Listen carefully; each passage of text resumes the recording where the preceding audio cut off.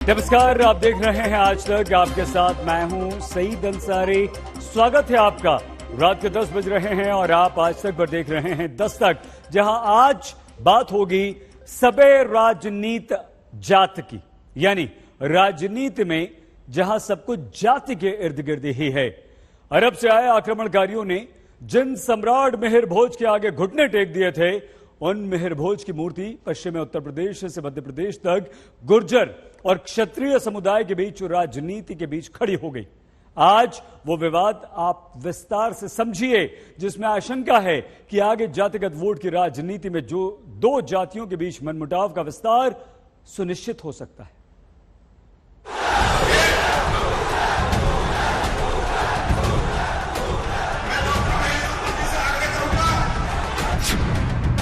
एक सम्राट की मूर्ति पर शुरू हुई राजनीति के कारण तोड़फोड़ होती है।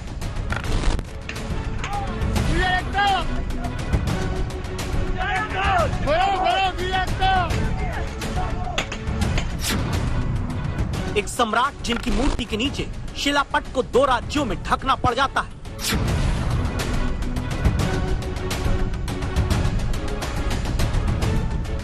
उत्तर प्रदेश में पुलिस का पहरा लगाकर और मध्य प्रदेश में मूर्ति के चारों तरफ टेन लगाकर, आखिर क्यों? एक मूर्ति के कारण गुर्जर गुर्जर वाले ये नारे उत्तर प्रदेश से मध्य प्रदेश तक गूंजते हैं।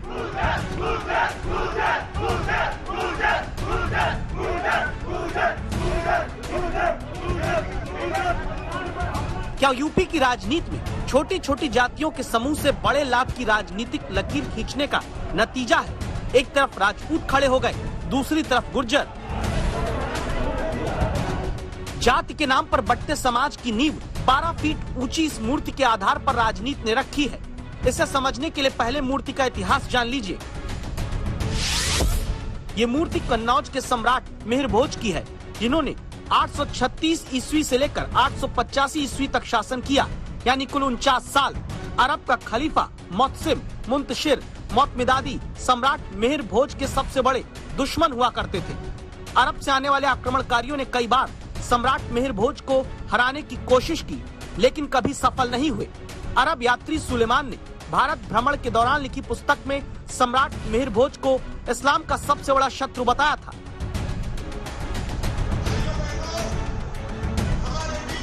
वीरता के प्रतीक मिहिर भोज की प्रतिमा का अनावरण करने पिछले हफ्ते 22 तारीख को उत्तर प्रदेश के ग्रेटर नोएडा में मुख्यमंत्री योगी आदित्यनाथ पहुंचते हैं। मुख्यमंत्री के सामने ही भीड़ एक जाति का नाम लेकर नारेबाजी करती है।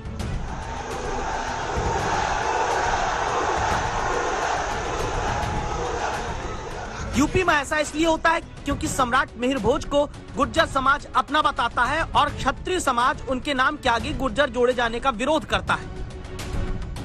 यही कारण है जिस मूर्ति का अनावरण करने मुख्यमंत्री पहुंचे, दावा हुआ कि उसमें सम्राट मिहिर भोज के नाम के आगे लिखे गुर्जर पर कुछ लोगों ने स्याही लगा दी, गुर्जर शब्द को छिपा दिया।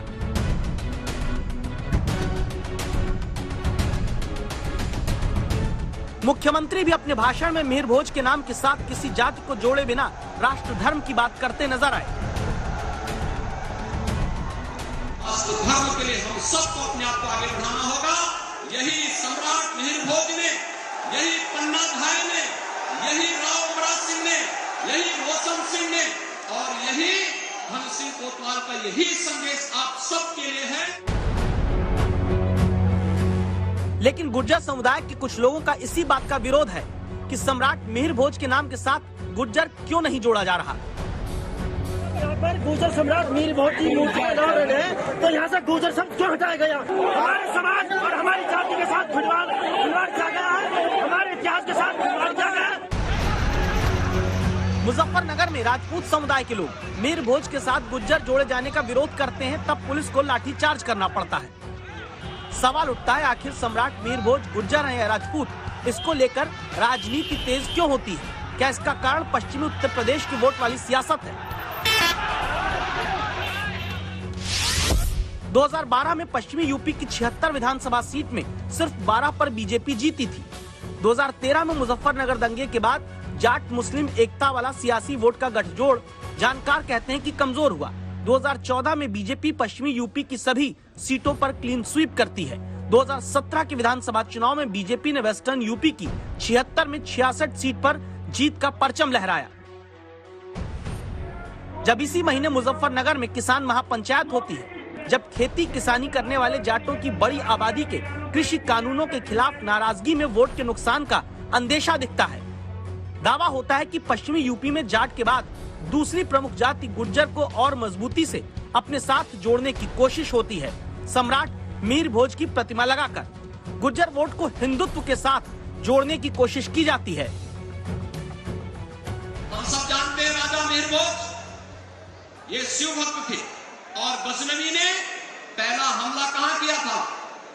महान शैव स्थल 12 ज्योतिर्लिंगों में पूज्य सोमनाथ के मंदिर पर। याद करिए, आज से 4.5 वर्ष पहले क्या स्थिति थी? यहां पर कांवड़ यात्रा नहीं निकलने दी जाती थी। आखिर सरकार तो तब भी कोई बाहर से शासक नहीं था प्रदेश में, चेहरे सब आप ही के बीच के थे, लेकिन कांवड़ यात्रा नहीं निकलने दी जाती थी, दुर्गा पूजा नहीं करने दी जाती थी, कोई भी पर्व और त्योहार नहीं मनाने दिए जाते थे। क्या ये कोशिश कामयाब होगी? जबकि राजपूत बनाम गुर्जर के नाम पर नई सियासत शुरू हो जाती है, जिसमें अखिलेश मायावती आते हैं। अखिलेश यादव ट्वीट करते हैं, ये पढ़ाया जाता रहा कि सम्राट मिहिर भोज गुर्जर प्रतिहार थे, पर भाजपाइयों ने उनकी जाति बदल दी, निंदनीय। मायावती भी लिखती हैं, गुर्जर समुदाय के इतिहास के साथ छेड़छाड़ करना निंदनीय है, सरकार माफी मांगे। पश्चिमी उत्तर प्रदेश में गुर्जर जाति का वोट गाजियाबाद, नोएडा, संभल, शामली, बिजनौर, मेरठ, सहारनपुर में काफी प्रभाव रखता है। यही कारण है गुर्जर समुदाय की महापंचायत होती है, जिसमें शाहीन बाग में गोली चलाकर सुर्खियों में आया कपिल गुर्जर खड़े होकर गुर्जरों के वोट बैंक की ताकत को दिखाने की कोशिश करता है। को भी बख्शा नहीं जाएगा। भाई एक बात और बोल दूं कि बीजेपी के साथ साथ क्या और पार्टियों में हमारे गुर्जर समाज के नेता नहीं है? वो क्यों नहीं सोशल मीडिया पे आए? क्यों नहीं उन्होंने विरोध किया?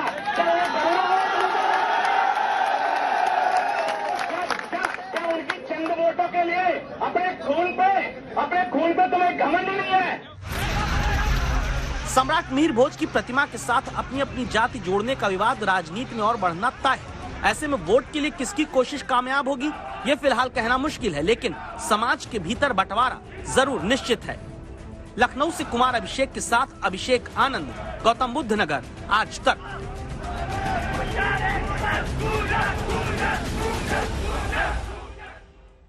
सबे राजनीत जात की में अगली कहानी उत्तर प्रदेश और पंजाब के मंत्रिमंडल विस्तार की है, जहां मंत्रियों को योग्यता नहीं बल्कि जातिगत खांचे के बीच में चुना जाता है, जहां जाति के नाम पर चुने गए मंत्रियों के सहारे 6 महीने बाद होने वाले चुनावों में पिछड़े वर्ग और दलित वोटों को सेट किया जाता है। 6 महीने के भीतर चुनाव में उतरने जा रहे 2 बड़े राज्यों उत्तर प्रदेश और पंजाब में मंत्रिमंडल विस्तार होता है।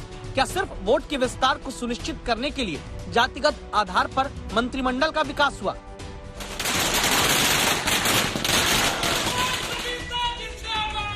क्या इसीलिए ताकि जातियों के समूह में बटे वोट बैंक में उनके चेहरों को जगह देकर जो खुशी अभी बांटी जाए, उससे जीत का लड्डू बाद में चखा जा सके? मैं जितिन प्रसाद, मैं छत्रपाल सिंह गंगवार, मैं पलटू राम, मैं डॉक्टर संगीता बलवंत, मैं दिनेश खटीक, मैं धर्मवीर सिंह, मैं संजीव कुमार। एकदम मोदी सरकार के मंत्रिमंडल विस्तार की तरह उत्तर प्रदेश में 1 सवर्ण, 3 ओबीसी, 3 दलित नेताओं को जगह दी जाती है। जातियों के आधार पर समुचित वोट के विकास वाला मंत्रिमंडल बनता है। ऐसा अधिकतर फुटबॉल मैच में आपने देखा होगा, जब खिलाड़ी थक गया हो, अपनी पोजीशन के हिसाब से ठीक ना खेल रहा हो, मैच जीतने की टीम की रणनीति में कारगर साबित ना हो रहा हो, मैच के दौरान चोटिल हो गया हो, तब उस खिलाड़ी को बीच मैच में यूं बदल दिया जाता है ताकि टीम बेहतर करे।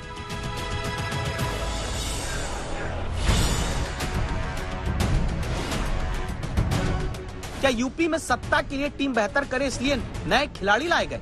हकीकत जबकि ये भी कि चुनाव में सिर्फ 6 महीने बचे हैं। चुनाव आचार संहिता लगते ही ये मंत्री कोई बड़ा फैसला नहीं ले पाएंगे, लेकिन जाति फैक्टर के तहत चुने गए ये मंत्री ही 12% ब्राह्मण, 22% दलित, 6% मल्लाह और 16 जिलों में 12% की ताकत रखने वाले कुर्मी वोट को तो साध पाएंगे।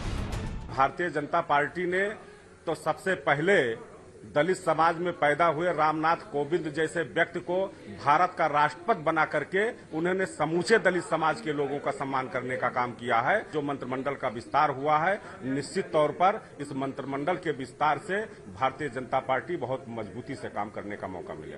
उत्तर प्रदेश में भारतीय जनता पार्टी को एहसास हो गया है कि अब उनको जनता ने नकार दिया है, जमीन उनकी खिसक चुकी है, तो मंत्रिमंडल में विस्तार करके वो जाति समीकरण साधने की कोशिश कर रहे हैं। लेकिन उत्तर प्रदेश की जनता ने जो 4.5 साल में भारतीय जनता पार्टी की सरकार में जो दर्द झेला है, वो वोट के माध्यम से 2022 में भारतीय जनता पार्टी को सत्ता से उखाड़ के फेंक देगी और 22 साइकिल की सरकार होगी। राजनीति का विस्तार भी जाति धर्म के नाम पर हो रहा है। देश में मुस्लिमों का नेता नंबर 1 बनने के लिए अब यूपी पहुंच चुके ओवैसी धर्म के नाम पर वोट के बंटवारे का गणित बताते हैं। सपा और बीएसपी मिले तो 75% मुस्लिम वोट इनको मिला। 75% आपने झोली भर भर के दिया इनको। आपके दिमाग में बात पैदा हो के डालना है मुझे मोदी को हराना है। अच्छा किया आपने, मगर हुआ क्या? अखिलेश यादव के घर के 3 लोग हार गए। हारे ना। कांग्रेस पार्टी के राहुल गांधी अमेठी से हार गए। 71% हमारे हिंदू भाइयों ने 2019 के पार्लियामेंट के चुनाव में नरेंद्र मोदी को अपना वोट दिया। इसका जवाब दो। राहुल गांधी इसलिए हारे क्योंकि उनको मुस्लिम वोट मिला मगर हिंदू वोट नहीं मिला, इसलिए वो हार गए। वो केरला जाकर जीतते, वायनाड क्यों जीतते? इसलिए जीतते हैं कि उस कॉन्स्टिट्यूंसी में 35% के करीब मुसलमान हैं। जात के आधार पर ही राजनीति का चेहरा और चरित्र पंजाब में भी बदला है, जहां मंत्रिमंडल विस्तार में हर धर्म जाति क्षेत्र के हिसाब से मंत्री चुने गए। सबसे बड़ा बदलाव पंजाब के इतिहास में पहली बार दलित मुख्यमंत्री के तौर पर चरणजीत सिंह चन्नी को चुनकर किया गया, क्योंकि पंजाब में दलितों की ताकत 32% वोट बैंक की है। चंडीगढ़ से मंजीत सहगल के साथ कुमार अभिषेक, लखनऊ आज तक। उत्तर प्रदेश में नए बने मंत्रियों को उनके विभाग दे दिए गए हैं और उत्तर प्रदेश और पंजाब दोनों जगह राजनीति जो है वो जाति को देखकर की गई। मंत्री बनाए गए, विभागों के बंटवारे किए गए और इसलिए जरूरी है कि आप दस्तक दें। जाति की राजनीति के जाल में आप बिल्कुल ना फंसें, वरना आपके हमारे बच्चे अगर कोई भर्ती एग्जाम देने जाएंगे तो उनसे संबंधित विषय के सही सवाल पूछने की जगह यह पूछा जाएगा कि बताओ मंत्री जी की विशेषता क्या है। यह कहानी हरियाणा की है। ध्यान से पूरी रिपोर्ट आप देखिएगा, तब आप जानेंगे कि बेरोजगारी दर में नंबर 1 हरियाणा किस स्तर के सवाल पूछकर पुलिस में भर्ती करता है।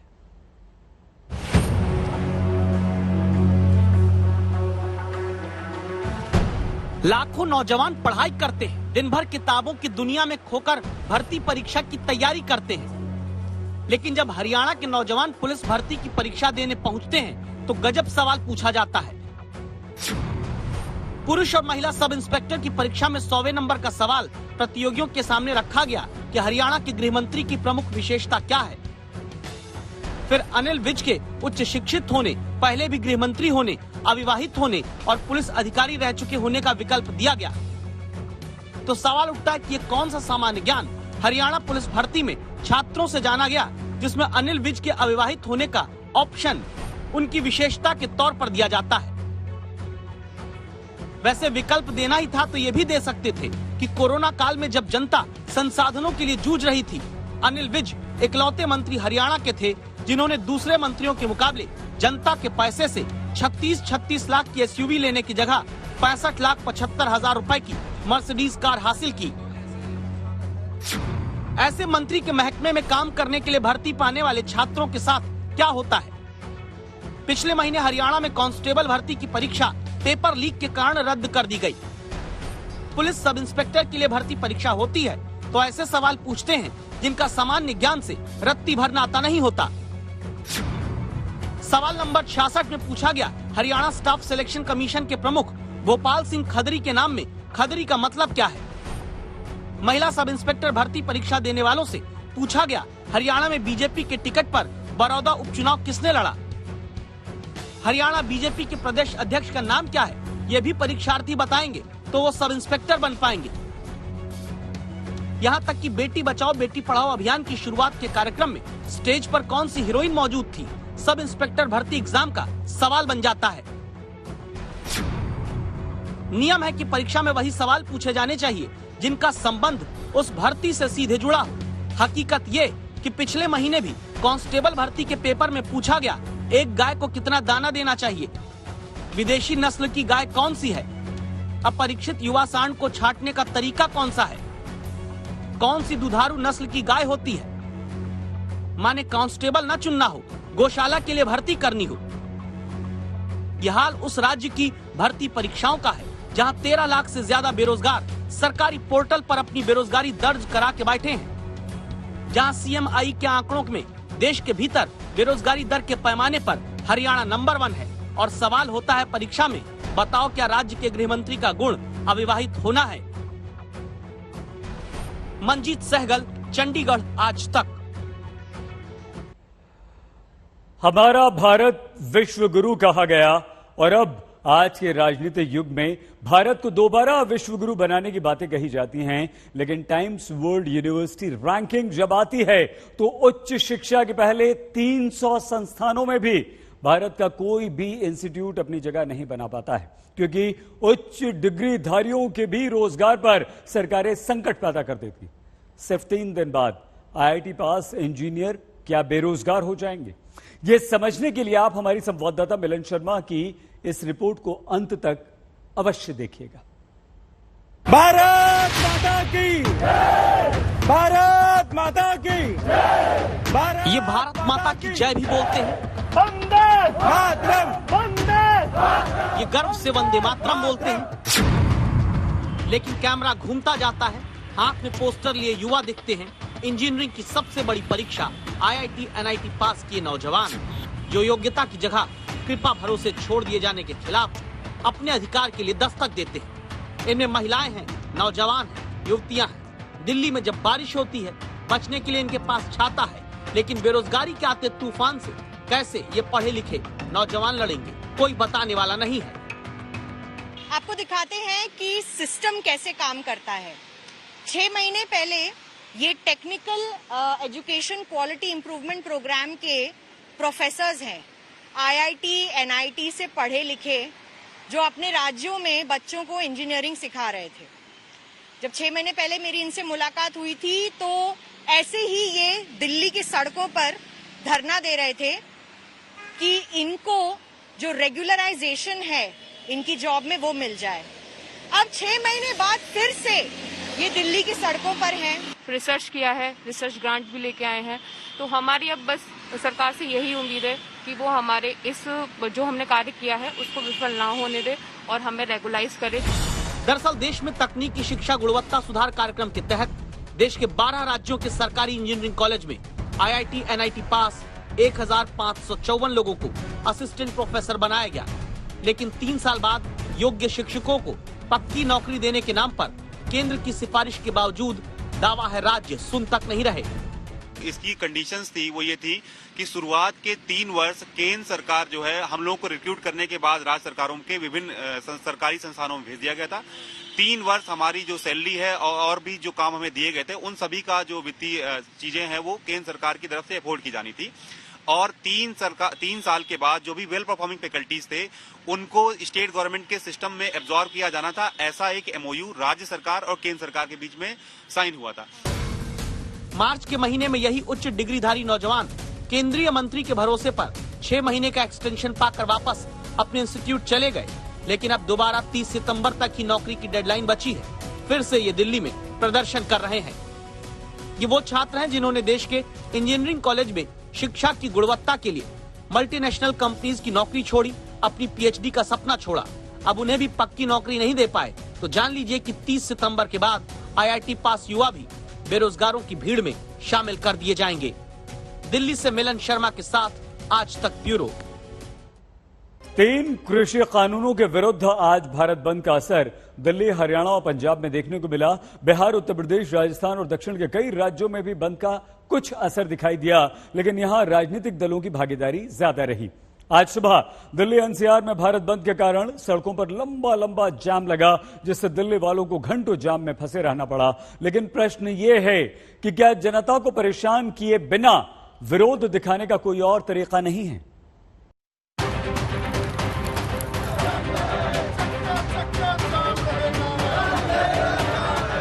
बहुत जगह बंद है। बंद होता है तो असर तो पड़ता है, और बंद में तो वही एक सुविधा ही होती है। तो खुश होते हैं कि एक दिन की छुट्टी मिली। जो इमरजेंसी होती है किसी को निकाल देते हैं। बढ़िया रहा, सब जगह प्रोग्राम रहा, जनता का सहयोग रहा, और जिस जनता को वही कष्ट रहा तो एक दिन किसान के नाम वो धूप में गर्मी में बैठा हुआ है 10 महीने से, तो एक दिन का कष्ट कैसा लगा होगा, तो वो अनुभव भी जनता को करना चाहिए।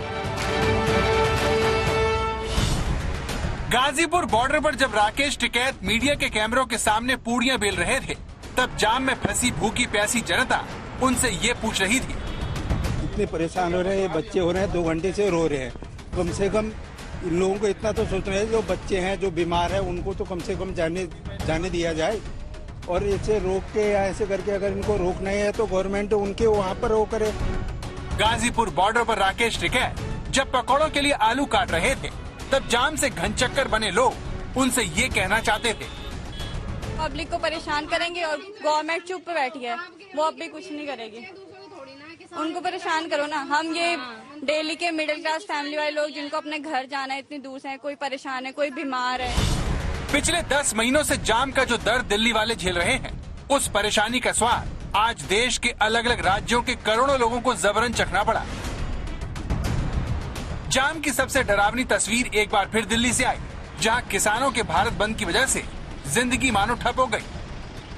गुड़गांव बॉर्डर से गाजीपुर बॉर्डर तक, डीएनडी से सिंघू बॉर्डर तक, हर तरफ जाम की जेल में लोग बंद मिले। जाम में फंसे ये लोग दफ्तर जाने के लिए घर से निकले होंगे, लेकिन किसान आंदोलन की वजह से लगे जाम में फंस गए। सोचिए, जाम में फंसे इन लोगों में किसी को दफ्तर जाना होगा, कोई अस्पताल जा रहा होगा, कोई गाड़ी में बैठे अपनी दुकान खोलने के लिए छटपटा रहा होगा, लेकिन विरोध के नाम पर हर जरूरी काम पीछे हो गया। अब आप दिल्ली के सिंघू बॉर्डर पर लगे इस जाम को देखिए, जहां प्रदर्शन की वजह से लंबा जाम लग गया। किसान आंदोलन को 10 महीने हो गए हैं और आज भारत बंद का कॉल है। हम इस वक्त है दिल्ली हरियाणा हाईवे पर, सिंघू बॉर्डर से जो हाईवे आ रहा है, और आप ये देख सकते हैं यहाँ पर ये बैरिकेड लगा रखा है किसानों ने ही, जहाँ पर ये हाईवे जो है उसको रोका गया है। आप देख सकते हैं यहाँ पे ट्रकें, बसें, गाड़ियां सब रुकी हुई हैं, लेकिन किसानों की तरफ से ये कहा जा रहा है कि हम कोई भी इमरजेंसी अगर है, कोई हॉस्पिटल जा रहा है, किसी की शादी है या कोई लोकल रेजिडेंट है, उसको नहीं रोक रहे। हाईवे रोककर हम ये सिर्फ दिखाना चाह रहे हैं कि हम इतने महीनों से बैठे हैं, सरकार हमारी सुने। हमारी रिपोर्टर को यहाँ पर जाम में फंसे लोगों ने अपनी आपबीती सुनाई, जिसमें लाचारी और बेबसी साफ तौर पर देखी जा सकती है। मैं यहाँ जा रहा था सोनीपत में, इंटरव्यू देना था। यहाँ से तो आगे से जाने दिए थे। अच्छा। वहाँ पे कैंपी पे मेरे को रोक लिया। अच्छा, क्या बोले वहाँ पे मैं बोला यहाँ क्या हम इमरजेंसी भी दिखाए कि हमारे कोई हॉस्पिटल में भर्ती है, इमरजेंसी भी दिखाए, नहीं जाने दिए, बोले कि नहीं जाना है, बोले कि मर जाए। जाना था कि नहीं जाना तो हमें जॉब को था, ठीक है, मगर हमने सोचा कि अगर इमरजेंसी बताएंगे तो जल्दी जाने देंगे, इमरजेंसी बताने पर भी नहीं जल्दी जाने दिए। क्या बोला? बोले कि हॉस्पिटल में जाना है, मेरा दोस्त भर्ती है, बोले मर जाने तो कोई बात नहीं। तो आपने सुना कि जाम की वजह से लोगों को किस तरह से मुसीबत का सामना करना पड़ा। अब सवाल यह है कि जनता को मुश्किल में डालकर हो रहे इस प्रदर्शन से आंदोलन को कितना फायदा होगा। जब इस बारे में हमने राकेश टिकैत से पूछा तो उन्होंने जनता के पाले में ही गेंद डाल दी। पहले ही बता दिया था कि भाई बंद रहेगा, लोग लंच के बाद में निकलना, सबको बता था कि बंद रहेगा, अपने गांव जाना, 3 दिन की छुट्टी है आपकी। लेकिन फिर भी लोग परेशान अरे एक आधा कोई लोग अगर आ गए तो बताओ क्या इलाज है भाई इसका। पहले कोरोना महामारी और फिर लॉकडाउन, आम आदमी की कमर बुरी तरह से टूट चुकी है, घर का बजट बिगड़ चुका है और कारोबार किसी तरह से दोबारा उठने की कोशिश में लगा है। इसीलिए लोगों के सामने छुट्टी पर जाने का मतलब उस कमाई से हाथ धोना है जो उनकी जिंदगी में बड़ा बदलाव ला सकती है। लेकिन किसान आंदोलन के नाम पर दिल्ली से नोएडा तक हंगामा होता रहा। नोएडा में तो किसानों ने बैरिकेडिंग तक तोड़ दी। विरोध करने का अधिकार सबको है, लेकिन जब किसी का अधिकार दूसरे के लिए मुसीबत बन जाए तो सहानुभूति खो देता है। ऐसा ही उत्तर प्रदेश के एटा में हुआ, जहां पर बाजार बंद करवाने आए किसान नेताओं को विरोध का सामना करना पड़ा। ये तस्वीर उत्तर प्रदेश के एटा की है, जहां कृषि कानून के विरोध में संयुक्त किसान यूनियन के नेताओं ने लाठी डंडे लेकर प्रदर्शन किया। इन लोगों ने दिल्ली कानपुर हाईवे को जाम कर दिया, जिससे इनकी पुलिस से नोकझोंक भी हुई। हाईवे बंद करवाने के बाद किसान आंदोलन के नाम पर बाजार को बंद करवाया गया, लेकिन इस दौरान कई दुकानदार इसका विरोध करने पर अड़ गए।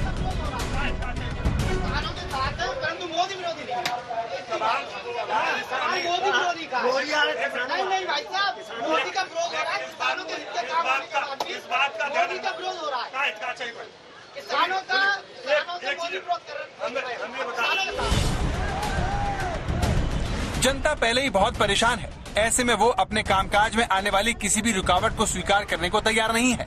इसीलिए जब मुरादाबाद में किसान आंदोलन के नाम पर रोडवेज की बसों को मुरादाबाद लखनऊ हाईवे पर रोका गया तो घंटों जाम में फंसे यात्री प्रदर्शनकारियों से ही सवाल पूछने लगे। प्रदर्शन चाहे कोई पार्टी करे या फिर किसान, पिसना जनता को ही पड़ता है। प्रदर्शनकारियों का कोई भी दल हो, हमला जनता पर ही होता है।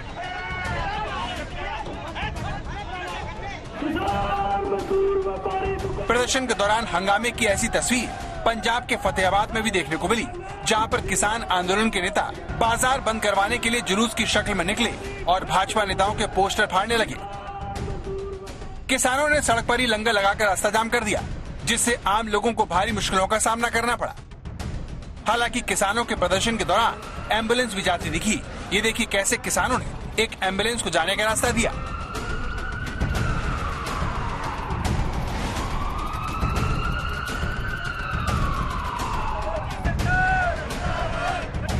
पंजाब के फतेहाबाद में किसान आंदोलन का व्यापक असर देखने को मिला। अधिकतर दुकानें बंद रहीं। हालांकि कई इलाकों में प्रदर्शनकारी सब्जी वालों से बहस करते हुए दिखे। इस तरह पंजाब और हरियाणा में किसान आंदोलन के प्रदर्शन का सबसे ज्यादा असर देखने को मिला। वहीं सोनीपत में एक हादसा होते होते टल गया। ये देखिए, रेलवे ट्रैक पर प्रदर्शन कर रहे इन किसानों को समय रहते पुलिस ने बचा लिया, वरना यहाँ पर एक बड़ा हादसा हो सकता था। ट्रेन के ड्राइवर ने भी सूझबूझ दिखाते हुए समय रहते ब्रेक मार दी है, जिसके बाद किसान आंदोलनकारी ट्रैक पर आकर नारेबाजी करने लगे। सोनीपत में प्रदर्शनकारियों ने सिंघू बॉर्डर के पास हाईवे बंद करके जाम लगा दिया। कृषि कानूनों के खिलाफ किसानों के प्रदर्शन को 10 महीने हो गए हैं, लेकिन न तो किसान पीछे हटने को तैयार है और न ही सरकार। किसानों के नाम पर हो रही सियासत आम आदमी बुरी तरह से फंस गया है। बहुत ज्यादा मुश्किल। खाने के लिए नहीं है, नीचे सो रहे हैं, कुछ नहीं है, फैमिली परेशान है। कितना का समय होगा स्टेशन पे बैठने में? तो हमें 6-7 घंटे हो गए। अभी भी कोई पता नहीं है कब ट्रेन आएगी नहीं आएगी, किस लिए बंद है ये भी हमें पता नहीं है। भारतीय किसान यूनियन ने अपने भारत बंद को पूरी तरह से सफल बताया है। अब किसान मोर्चा आगे की रणनीति बनाएगा। लेकिन जनता ये जानना चाहती है कि सरकार और किसान आंदोलन की रस्साकशी में वो कब तक पिसती रहेगी। क्या सरकार से मांग मनवाने के लिए आम लोगों को परेशान करना जरूरी है? आज तक ब्यूरो। भारत बंद का समर्थन कई विपक्षी दलों ने भी किया। उत्तर प्रदेश में समाजवादी पार्टी तो बिहार में आरजेडी ने भारत बंद का साथ दिया। पटना में आरजेडी के कार्यकर्ताओं ने गांधी सेतु पर जाम लगाया और आगजनी भी की। ऐसे ही आंदोलन चलता रहेगा, शांतिपूर्ण तरीके से आंदोलन हमारे रहेंगे।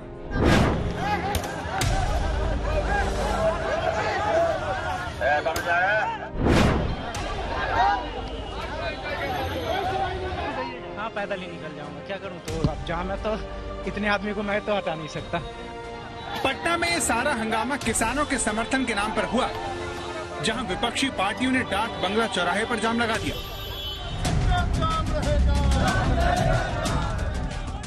देश भर के अलग अलग शहरों में लोग परेशान होकर इधर से उधर घूमते रहे, लेकिन जब इस बारे में आंदोलन के सूत्रधार राकेश टिकैत से पूछा गया तो उन्होंने ये जवाब दिया।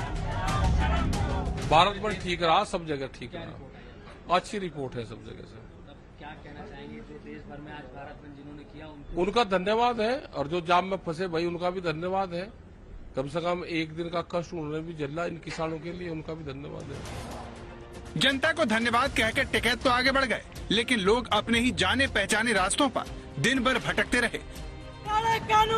लेकिन जनता की चिंता से ज्यादा नेताओं का सारा जोर सियासत पर रहा।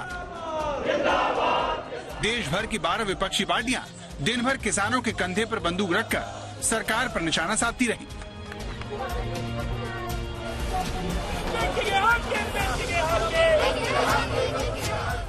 हमारी मांग है कि सरकार खुले मन से बातचीत करे, इन तीनों कानूनों को निरस्त किया जाए, और उसके बाद यदि सरकार कोई कृषि प्रणाली में बदलाव लाना चाहती है तो नया मसौदा बिल का तैयार करके स्टैंडिंग कमेटी पार्लियामेंट के सामने लाए, स्थायी समिति। मगर आज दुखद है, कुछ राजनीतिक दल जिस प्रकार से दूसरों के कंधों पर रखकर अपनी राजनीतिक मंशा को आगे बढ़ाने की कोशिश कर रहे हैं, अपने महत्वाकांक्षा के लिए कुछ पारिवारिक दल ये सब काम कर रहे हैं, आज पूरा हिंदुस्तान ये देख रहा है। पिछले 10 महीने से किसान धरने पर है, लेकिन किसान और सरकार में बात बनती नहीं दिख रही। समर्थन देना तो किसी का व्यक्तिगत मामला है, लेकिन मैं समझता हूँ किसान आंदोलन को राजनीति से नहीं जोड़ना चाहिए। किसान सबका है और सरकार बहुत संवेदनशीलता के साथ किसान यूनियन के साथ बातचीत की है। जारी रहेगी, हमें ये 10 साल में भी सुधार करेंगे, ये आंदोलन 10 साल तक भी जारी रहेगा, हम वापसी नहीं जाने वाले यहाँ से। सरकार और किसान अपनी बातों पर अड़े हुए हैं, जिससे ये मामला फिलहाल तो सुलझता नहीं दिखता। ऐसे में देश भर का कोई भी कोना हो, जनता परेशान है।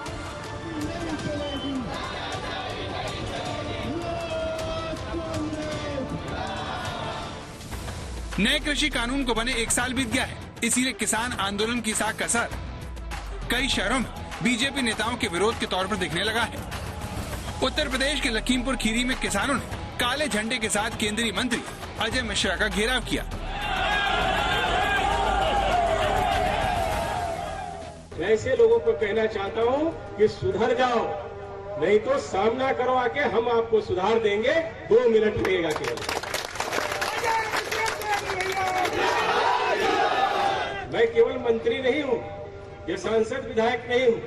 जो विधायक व सांसद बनने से पहले मेरे विषय में जानते होंगे, उनको ये भी मालूम होगा कि मैं किसी चुनौती से भागता नहीं हूं, और जिस दिन मैंने उस चुनौती को स्वीकार करके काम कर लिया तो उस दिन पलिया नहीं, लखीमपुर तक छोड़ना पड़ जाएगा, ये याद रखिए। कृषि कानून के खिलाफ किसानों का ये तीसरा भारत बंद है। लगातार किसान आंदोलन चलने के बावजूद सरकार अपने फैसले से पीछे हटने को तैयार नहीं है। इसीलिए आने वाले दिनों में जनता को जाम के सितम से 2-4 होना पड़ सकता है। पटना से रोहित सिंह के साथ आज तक ब्यूरो। दस्तक में आज के लिए बस इतना ही। आप प्लीज अपना बहुत ख्याल रखिएगा। देखते रहिए आज तक।